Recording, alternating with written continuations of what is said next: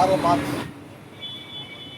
ఆ రెండు కలిపితే జాషువా యొక్క సాహిత్యాన్ని పక్కన పెడితే ఆ రెండుకి సమానమైనటువంటి అవసరం చెప్పేసి రియల్ ఫ్యాక్టర్. ఎందుకంటే ఆయన రాసినటువంటి ఒక్క అంటే ఖండకావ్యాలు 24 రాస్తే ఆ 24లో ఒక ఖండకావ్యం గురించి రాస్తే దానికి డాక్టరేట్ ఇస్తాము యూనివర్సిటీ. అంటే ఇంత వ్యవస్థ ఆయనకి ఎన్ని డాక్టరేట్ కావాలా? ఈ దేశం యొక్క పునాదులపైన కులమ పునాదులపైన ఏ నిర్మించినా కూలిపోతుంది చెప్పేసి అదే మహాకవి జాషువా అంటాడు. ఆయన చెప్పిన మాట లేదంటే అస్పృశ్యమైనటువంటి వ్యవస్థ మీద ఆయన తన కలం పైన గొప్ప పోవడం చెప్పి ఆరోటువంటి బ్రాహ్మణ వ్యవస్థ పైన రాకుంటే ఎన్నిటి మీద కూడా ఆయన సామాన్యులు అంటే మనిషి యొక్క హక్కుల మీద కూడా ఆయన పనిచేశాడు. మాట ద్వారా పాటల ద్వారా లేకుంటే భజన ద్వారా ఈ దేశంలో కుల వ్యవస్థ ద్వారా చెప్పేసి ఈ కుల నిర్మూలన కోసం మహాకవి జాషువా గారు ఎంతో ప్రయత్నించారు. సో దానిలో భాగంగా ఆయన్ని ఈ మన ఆంధ్రప్రదేశ్ కూడా ఆయన్ని ఎమ్మెల్సీ గురించి ఏం చెప్తారంటే జాషువా అనేటువంటి ఆయన ఒక వ్యక్తి కాదు. అంటే ఈ భారతదేశంలో ఏదైతే 80 మంది ఉన్నారో వాళ్ళందరూ పక్షాలు గుర్తు జాషువా గారు. సో ఖచ్చితంగా జాషువా గారికి పల్నాడు జిల్లా జాషువా పేరు పెట్టని చెప్పేసి దళిత సేవాదళం అనేది కూడా మేము డిమాండ్ చేస్తూ ఉన్నాం. దానిలో భాగంగా మా డిమాండ్ ఎప్పుడు కూడా ఆగదు. ఇంతకంతా చెప్పే రాజు గారు ఖచ్చితంగా ఇది గ్రామ స్థాయికి కూడా మేము ఒక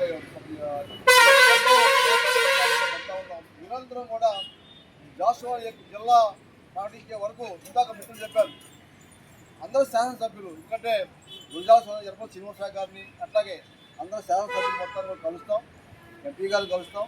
మా డిమాండ్ మొత్తం కూడా ఖచ్చితంగా గవర్నమెంట్కి ప్రజెంట్ చేస్తాం.